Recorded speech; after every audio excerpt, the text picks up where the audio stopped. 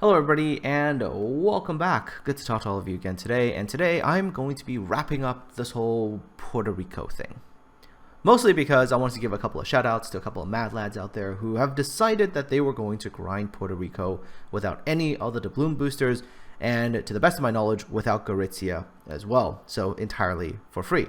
Although, to the best of my knowledge, I think most of them are running premium account. So not totally, but close enough, right? Because they didn't use any of the additional costs, shall we say.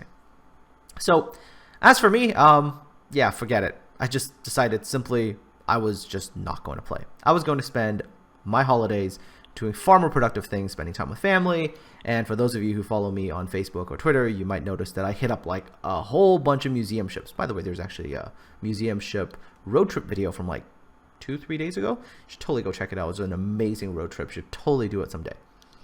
But anyways, so trying to do it for free. 3 people that I know so far who've come out and said they've done it, and here's how they did it. They also represent a very, very good mixture of players from like Super Unicum down to just the average Joe.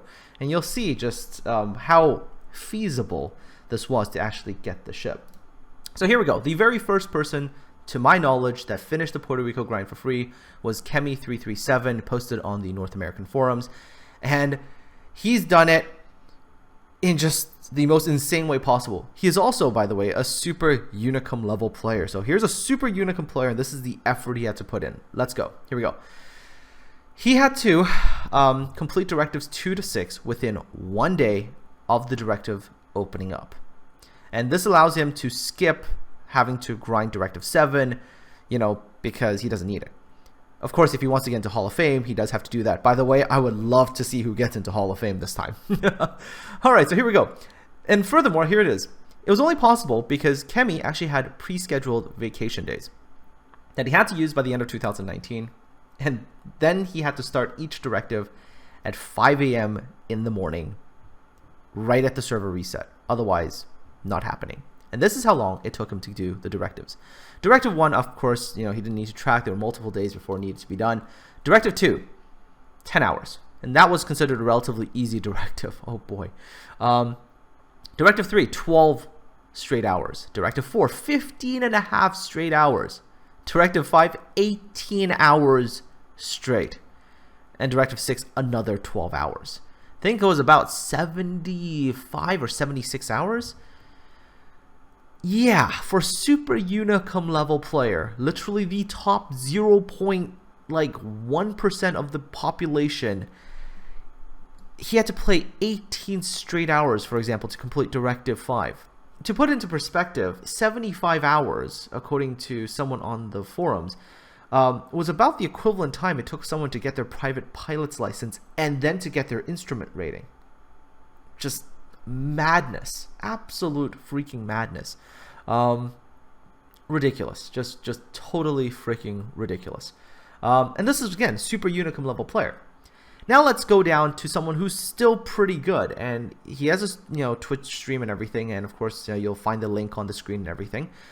This is Kingpin 6100 or Kingpin 61 in game, and I'll show you the clip of him completing the directive. Now, do keep in mind that this clip is actually muted. The reason for that is, of course, while you're live streaming, you tend to play music in the background, which YouTube is like, I don't like this crap sometimes. And I kind of want to avoid any copyright issues. But anyways, you'll at least see his reaction. So Kingpin, for example, is like a 55, I think, % win rate player.